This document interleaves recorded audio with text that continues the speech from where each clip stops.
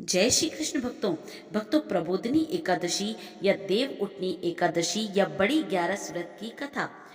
एक राजा था, उसके राज्य में प्रजा बहुत सुखी थी। एकादशी को कोई भी उसके यहाँ अन्न नहीं ग्रहण करता था, सभी फलाहार किया करते थे। एक बार भगवान ने राजा की परीक्षा लेनी चाहिए।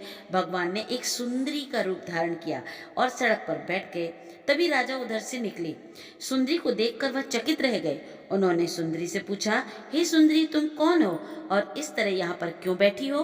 तब सुंदर स्त्री बने भगवान बोले, मैं निराश्रिता हूँ, नगर में मेरा कोई जाना पहचाना नहीं है, मैं किससे सहायता मांगू? राजा उसके रूप पर मोहित हो गया था। वह बोला, तुम मेरे महल में चलकर मेरी रानी बनकर रहो। सुंदरी बोली, मैं तुम्हारी बात मानूंगी, पर तुम्हें राज्य का अधिकार मुझे सौंपना होगा। राज्य पर मेरा पूर्ण अधिकार होगा, मैं जो भी बनाऊंगी तुम्हें खाना होगा। राजा उसके रूप पर मोहित था, अतः उसकी हर शर्त को स्वीकार कर लिया। अगले दिन एकादशी थी। रानी ने हुक्म दिया कि बाजारों में अन्य दिनों की तरह अन्न बेचा जाए। उसने घर में मांस मछली आदि पकवाए तथा परोस कर राजा से खाने के लिए कहा। यह देखकर राजा बोला, रानी, आज एकादशी है, मैं तो केवल फलाहार ही करूंगा। तब रानी ने शर्त की याद दिलाई और बोली, या तो खाना खाओ, नहीं तो मैं बड़े राजकुमार का सिर काट दूंगी। राजा ने अपनी स्थिति बड़ी रानी से कही तो बड़ी रानी बोली, महाराज, धर्म ना छोटे बड़े राजकुमार का सिर दे दें, पुत्र तो फिर मिल जाएगा पर धर्म नहीं मिलेगा।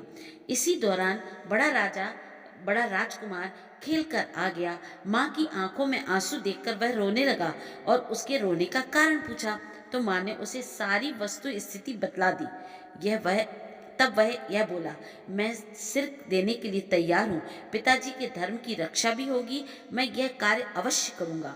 राजा दुखी मन से राजकुमार को सिर देने को तैयार हुआ तो रानी के रूप में भगवान विष्णु ने प्रकट होकर असली बात बताई। राजन, तुम इस कठिन परीक्षा में पास हुए।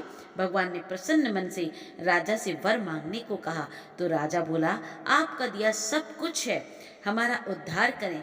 उसी समय वहां पर एक विमान उतरा। राजा ने अपना राज्य पुत्र को सौंप दिया और स्वयं विमान पर बैठकर परम धाम को चला गया।